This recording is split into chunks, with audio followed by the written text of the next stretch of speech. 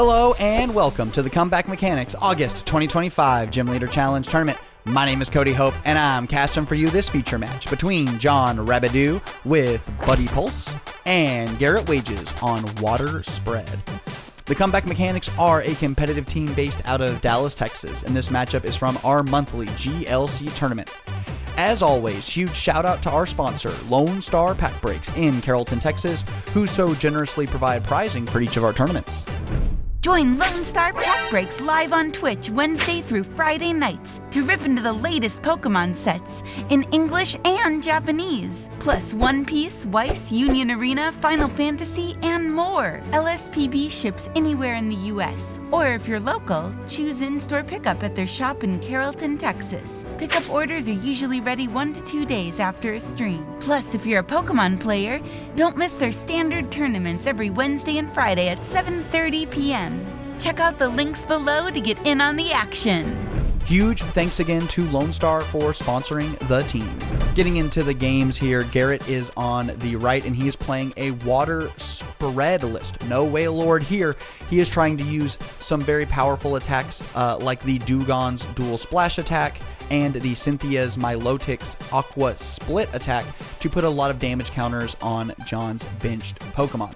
We see that he has opened on the Cynthia's Feebas as well as the Remoraid on the bench. Very, very nice. We see he's going to do an Ultra Ball, getting rid of that special charge and the Inteleon. This is notably the quick shooting Inteleon, not the shady dealings Inteleon.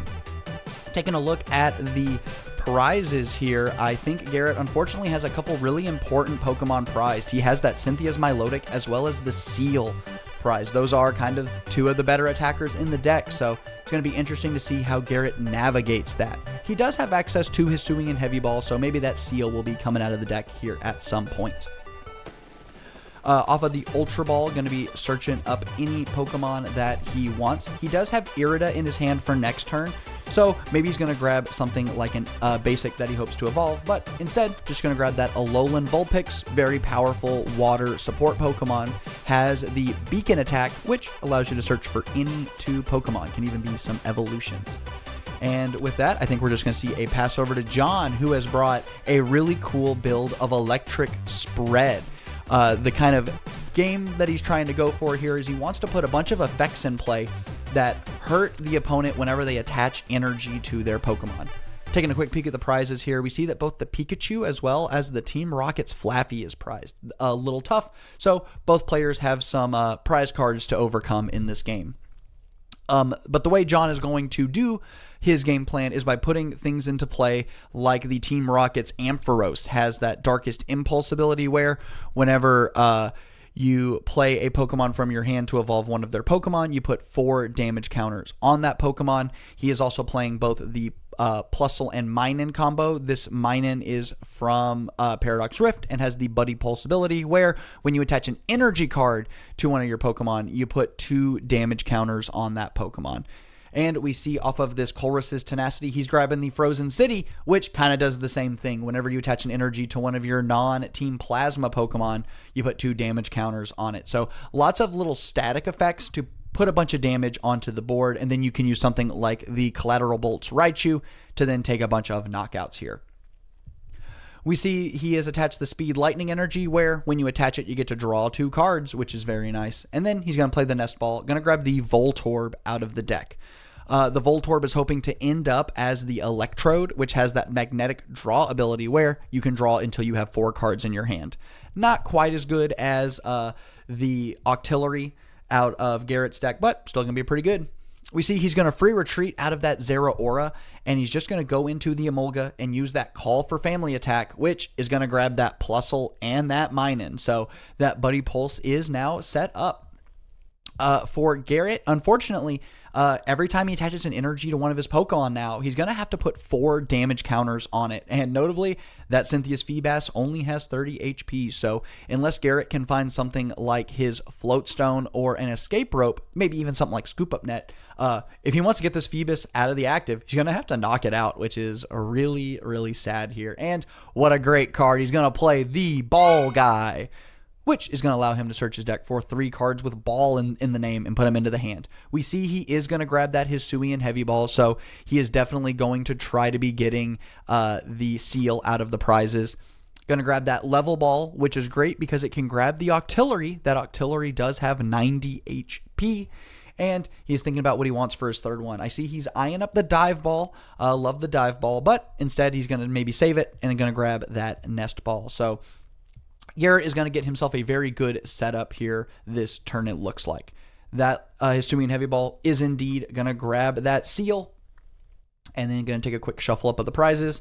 I imagine we probably grab the Octillery here, and I don't know what that Level Ball is going to grab. There's lots of good options for Garrett, so we'll just have to see where this turn takes him.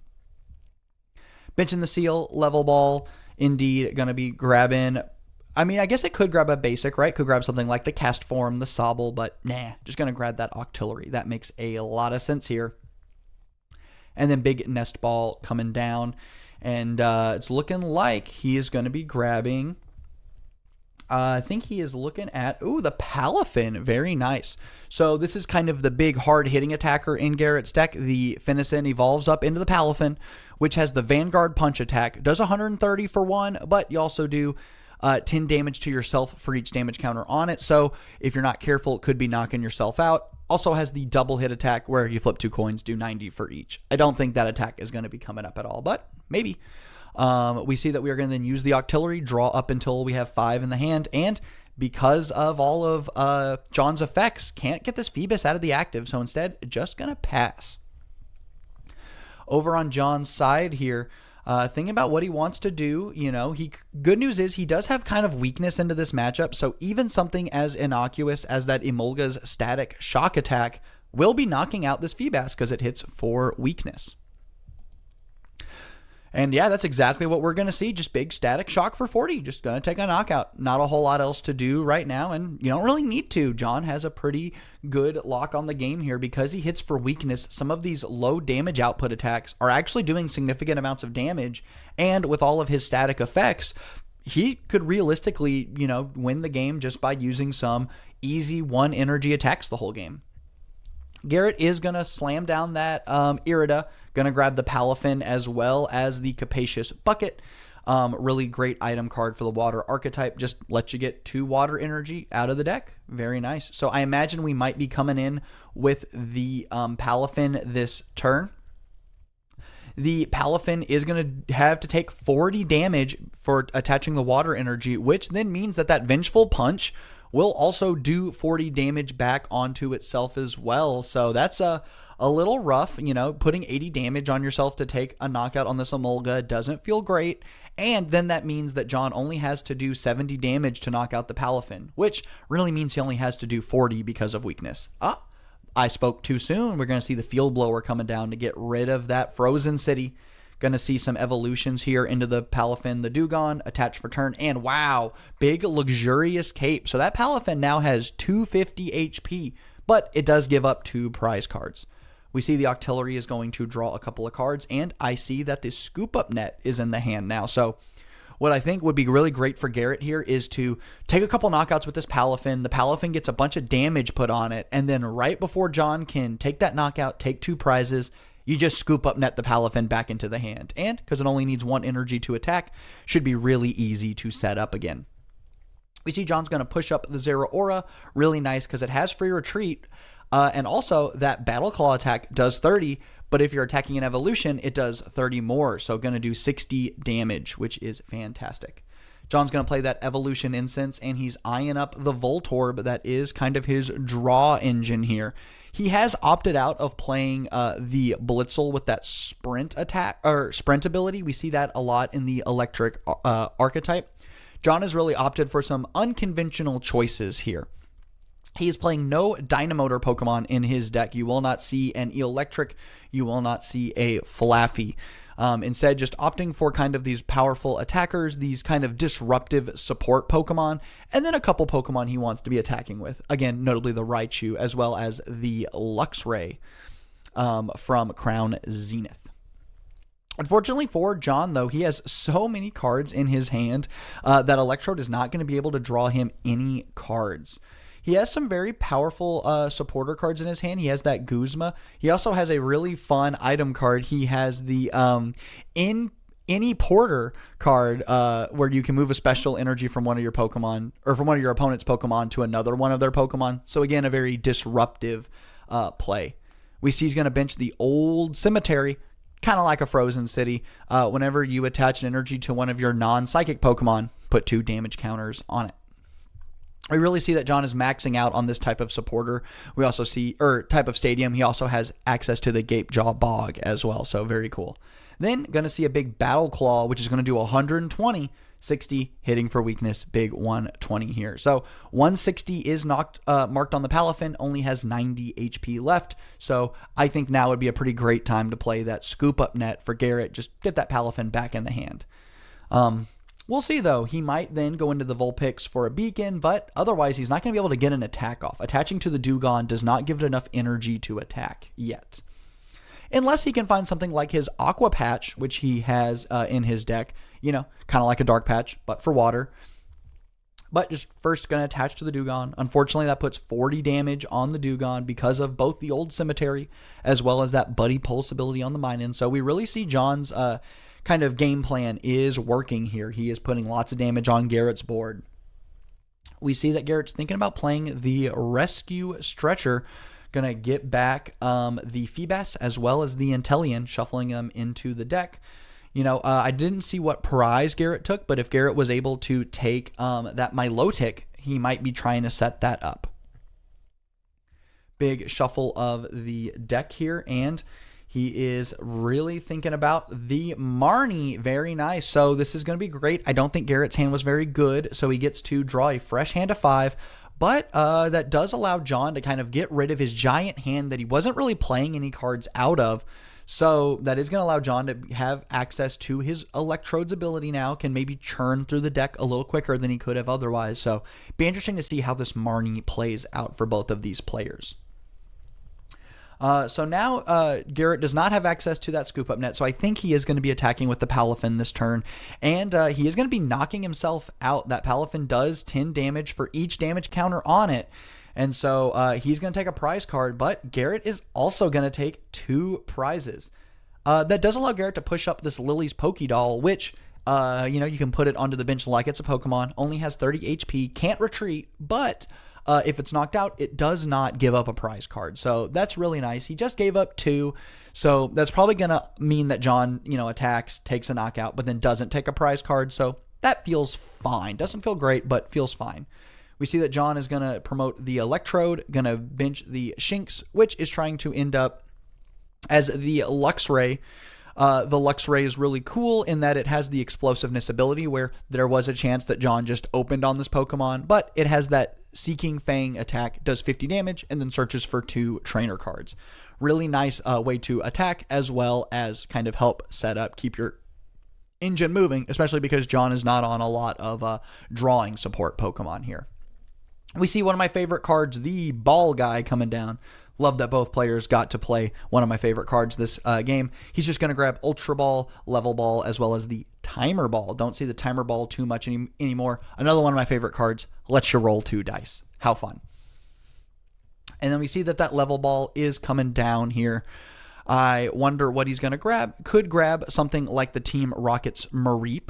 That would be nice. I do believe John has the Gladion in his hand, so could use the Gladion to then get that Team Rocket's Flaffy out of the prizes maybe, because, you really want to set up that Ampharos. We do know that Garrett is on quite a few, like pretty much every Pokemon in his deck evolves, so that would be pretty nice to get that Ampharos set up here, and that's exactly what we're going to see. Going to see that Mareep getting grabbed here.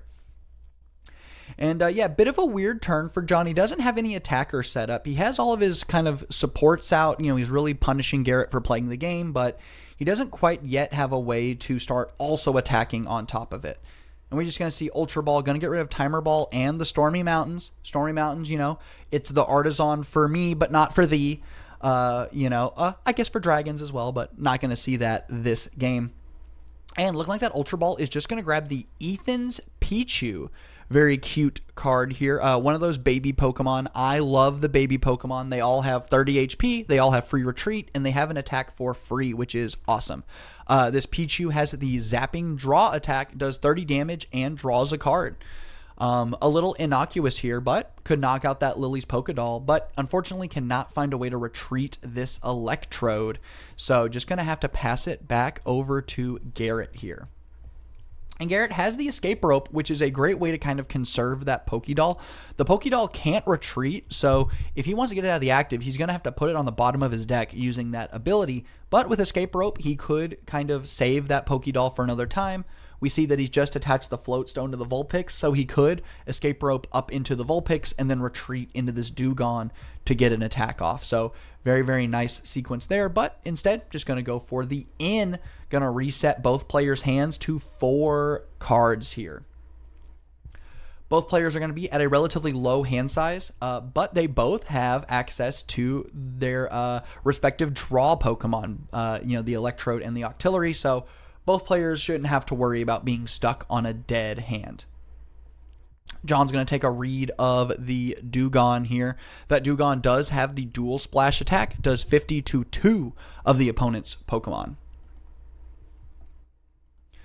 Something that also kind of matters here a little bit is things like the Old Cemetery affect both players. So if John wants to attach an energy, he's going to have to put 2 damage as well.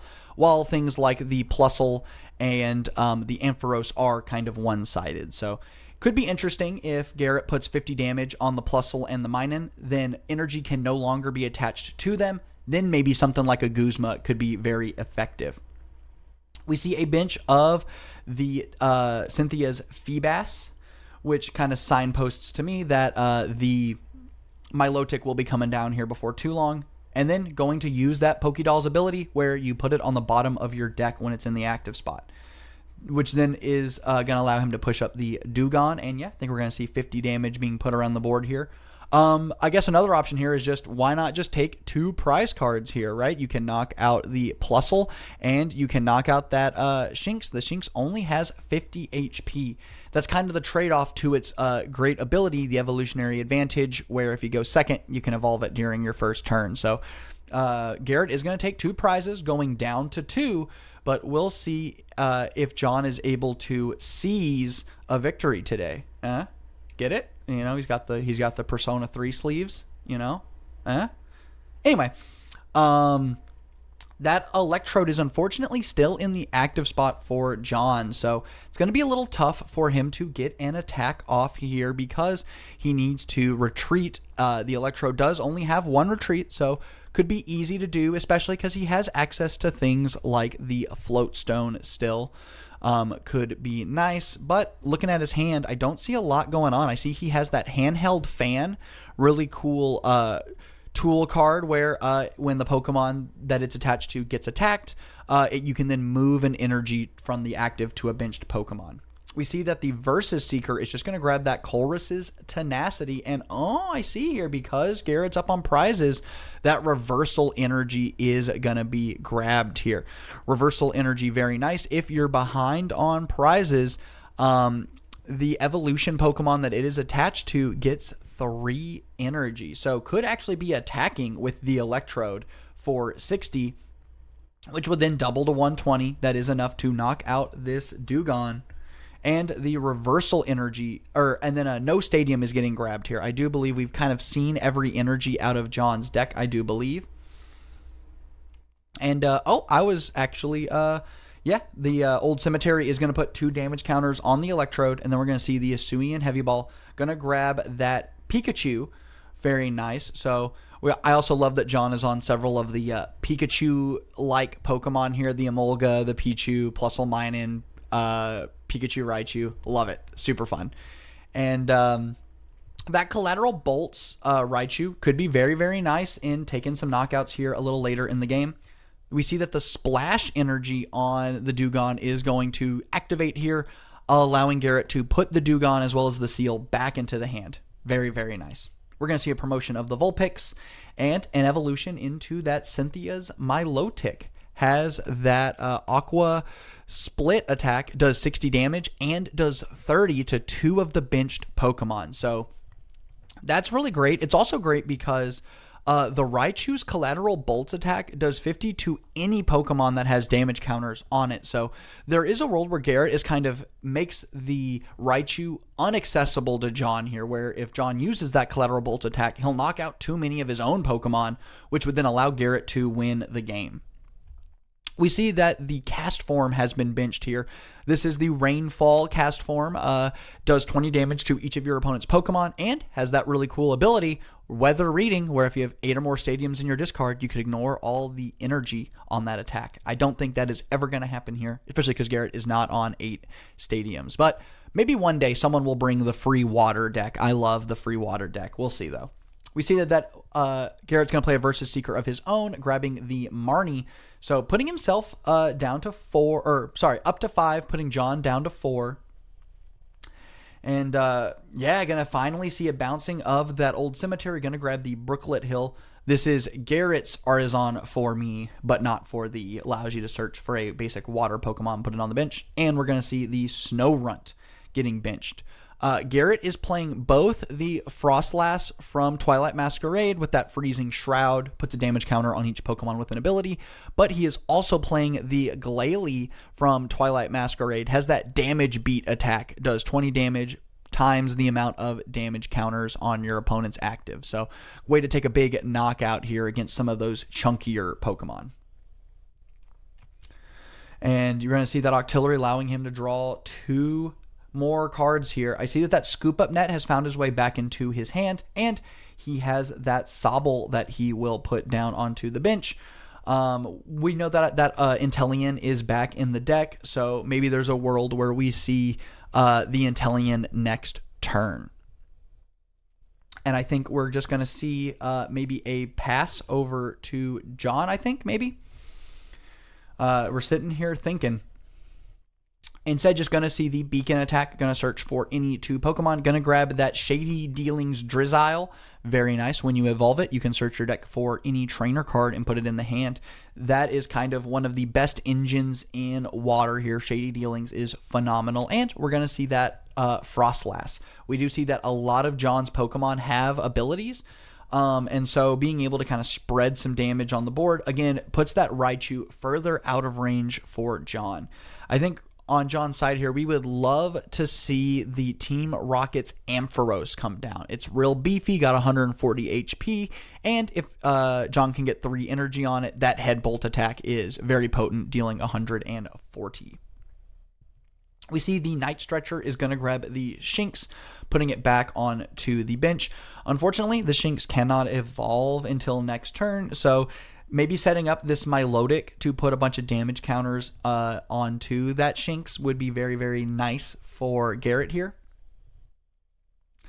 And then, yeah, we're taking a look here. He's got Guzma in the hand. U-turn board, very nice. And we're going to see that the Guzma going to discard that Enhanced Hammer as well as the Gladion. Going to allow John to search his deck for a tool as well as a special energy card. We do know that he is kind of out of stadiums. I see that tool was the TMD Evolution. Very nice. Can put that Milotic back into Garrett's hand, and that Feebas only has 30 HP, so it will be getting knocked out. That would put John down to 2 prizes. And oh, there was still a stadium, the Gape Jaw Bog. And he's going to grab Counter Energy as well, which, because he is behind on prizes, is going to provide 2 energy. So right now, John's kind of in a great spot. Reversal Energy can knock out pretty much any of Garrett's Pokemon. He has access to Devo to take a prize card, and with Counter Energy coming down on the Pikachu, can try to use that Raichu at a later time as well. We're going to see, we're going to put up the Gapejaw Bog. Very nice. Again, making it where whenever you put a Pokemon onto the bench, you put 2 damage counters on it. We're going to see the U-turn board getting attached to the Shinx. Electrode drawing John back up to 4 cards in hand. We see that he's got Counter Catcher, which is very nice. We could see something like Counter Catcher pulling up that Octillery. The Octillery does have 2 retreat cost, so there's a world where, yeah, we're going to see him pull up the Octillery, and then Big Devo going to knock out the Feebas as well as putting the Octillery back into the hand. That one matters a lot less. So now John's in kind of a great spot here. They're even on prizes, and Garrett has, but because we devolved the Octillery, that Remoraid only has one retreat, so that makes it a lot easier for Garrett to get it out of the active spot, which is very nice for him. But he won't have access to that Octillery until he does it, and I don't know if Garrett has any energy in his hand. And even if he does getting this Remoraid out of the active really do much? You don't have any energy in play. None of your Pokemon are set up to attack. So we might have to wait and see if Garrett decides to get an attacker set up first. But the Shady Dealings is going to allow him to find any trainer card he wants out of the deck. Could grab something like Escape Rope. That's a great way to get the Remoraid out of the active. Can go up into the Vulpix.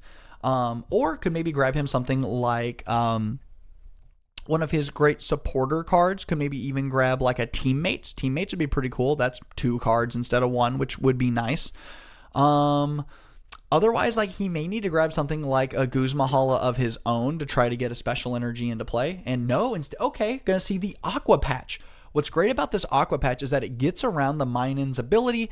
The Buddy Pulse specifically states that it has to be from the hand. So Aqua Pulse will not trigger any damage dealing abilities, which is nice. It could allow Garrett to get an attack off this turn. You attach to the Remoraid, you Aqua Patch to one of your benched Pokemon.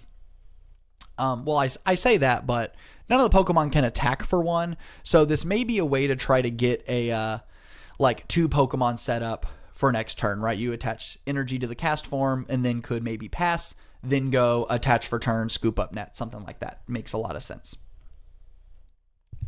And and Garrett's thinking about just doing the scoop up net right now. That would be cool, but I don't think Garrett has an energy card in his hand. So yeah, scoop up net, go up into the Vulpix. Makes sense. It has the float stone. You get to kind of play out the rest of your turn before you got to make a big decision. But unfortunately, if Garrett wants to re-bench that Remoraid, he's going to have to put 2 damage counters on it because of the Gapejaw Bog. So that's a little rough for him as well. We see he is going to evolve into the Frostlass, and then we're going to see Nessa. Very nice. This is going to be what Garrett needs to get an attack off, allowing him to put 4 water Pokemon and water energy cards into his hand. We see he's going to grab Finizen Palafin as well as 2 water energy. He is going to bench that Finizen, which will trigger the Gapejaw Bog. He is going to have to put 2 damage counters on it. I hope they catch that before too long, because it could really matter. And yep, yeah, we catch it right here. Gapejaw Bog, putting 2 damage counters on that Finizen. Very, very nice. Does put that Finizen down to 30 HP, so, kind of a sneeze away from getting knocked out here. Attach onto the cast form, puts 2 damage counters on it, and we're probably going to see the attack here. Going to see that Rainfall doing 20 to each Pokemon. This puts, this puts John in a really interesting spot where if he goes into Raichu and he uses Collateral Bolts, he's going to knock out the Finizen, he's going to knock out the cast form, which puts him down to 0 prizes, but it's also going to allow Garrett to take the rest of his prizes. So that's a kind of a weird spot. We would have to maybe go into a sudden death type scenario here. Quick peek behind the curtain here. We do play this best of 1 30-minute time limit. And we do allow ties in the tournament, but for the feature match is kind of untimed, because I don't want you to have to spend 30 minutes watching a video and then have me go, well, it's a tie. See you next week, y'all. Like, that doesn't feel good. So normally the top match is untimed. So don't quite know what the solution will be here. Will it be, all right, it's a tie, let's go to the next round, or are we going to maybe do a sudden death scenario here? And I think that's what John's thinking about is, do I think that if we go into sudden death, can I take a knockout before Garrett can? And I think he can, right? He hits weakness. We could see something like we saw earlier in the game, like an Emolga doing a static shock for game. That'd be kind of funny. But yeah, really interesting scenario here.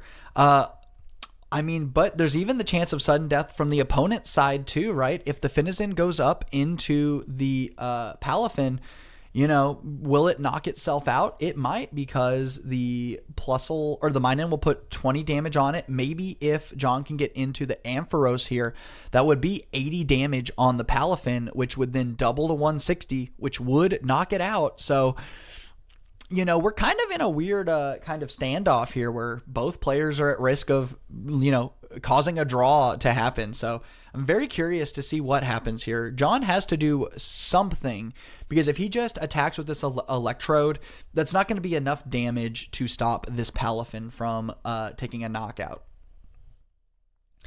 So, oh no, sorry. If I forgot that Garrett is at 2, so actually, never mind. You could just attack and pass here. Finizen is going to be unable to take a knockout, or it will take a knockout, but it won't win the game.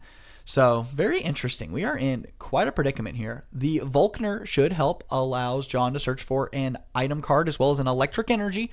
He could grab the rare candy. I do believe he has the Ampharos in the hand. That would be a nice way to try to shore up a victory here. You go oh no, but both players are tied on prizes. So actually, they can't attack with the electrode. That reversal energy is only supplying 1 energy. The counter energy is only supplying 1.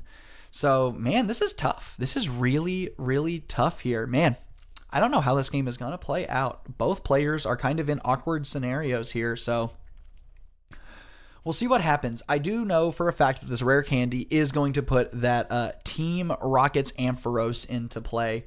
Very nice, and there we see it. So we could even see something like a retreat into the Ampharos. That doesn't feel too bad. And we are going to see a retreat, I think. Wow, pushing up the Minun here, and we kind of see that this is where the weakness makes a huge difference for this game exactly. Speedball, Mike Bailey is going to do 40 damage to that cast form, and it is going to knock it out. So John is down to a single prize card here. We'll see if Garrett is able to shore up the game here. He's very, very close. That Frostlass is spreading so much damage onto John's board that this Shinx is going to get knocked out when Garrett passes. So I actually think Garrett has game here. If he goes Palafin, attach for turn, just retreat attack, that is going to knock out the Minun, and then the Frostlass will put 10 more damage on that Shinx, which will knock it out and should give Garrett the win here. Unless there's something that I'm missing, which I don't know if there is, but I do believe Garrett should just have game on board. Let's see here. 20 damage. It is going to go up to 60 because of the Ampharos when we evolve. And then if we attach for turn, that's up to 80. Yeah, that's right. I forgot. Man. Weird stuff here. So Garrett can't actually attack with the Palafin. I was missing something. The Vengeful Punch doubles the amount of damage, right? Does 10 for each damage counter. So the Palafin will knock itself out if he just goes Evolve Attack, which gives Garrett a prize card, but then he loses the game because John takes a prize card and he goes down to 0. So he's not forcing a tie. He is forcing a lose here. And we see he's going through that anyway. He's evolving and attaching 80 damage, and maybe there's some kind of I see that he also has access to a TM Devo here, so maybe could evolve the Ampharos. That'd be kind of cute, making it where that rare candy was wasted. We're gonna see a retreat, promotion of the Palafin. He can't attack with it. If he does, he loses. So I wonder what the play here is. He could go Devo. Devo would, it will take a knockout. It will devolve that Electrode back into the Voltorb. And I do believe the Voltorb only has 50 HP, so it will get knocked out. So both players are down to a single prize card. And then the Shinx is going to get knocked out. And yeah, Garrett found a way to clean up the game here. Garrett is going to win an extremely close game. Man, what a fantastic turn of events here. That was a very interesting game. I loved to see it. But that's going to do it for today's video. I really hope you enjoyed it. If you did, don't forget to like the video. And hey, please subscribe to the channel, y'all. We are so close to 1,000 subscribers. I think it'd be fantastic if we could get to that milestone. And please leave me a comment. What'd you think of these two decks? I thought they were really, really slick. And with that, my name is Cody Hope, and I am signing out.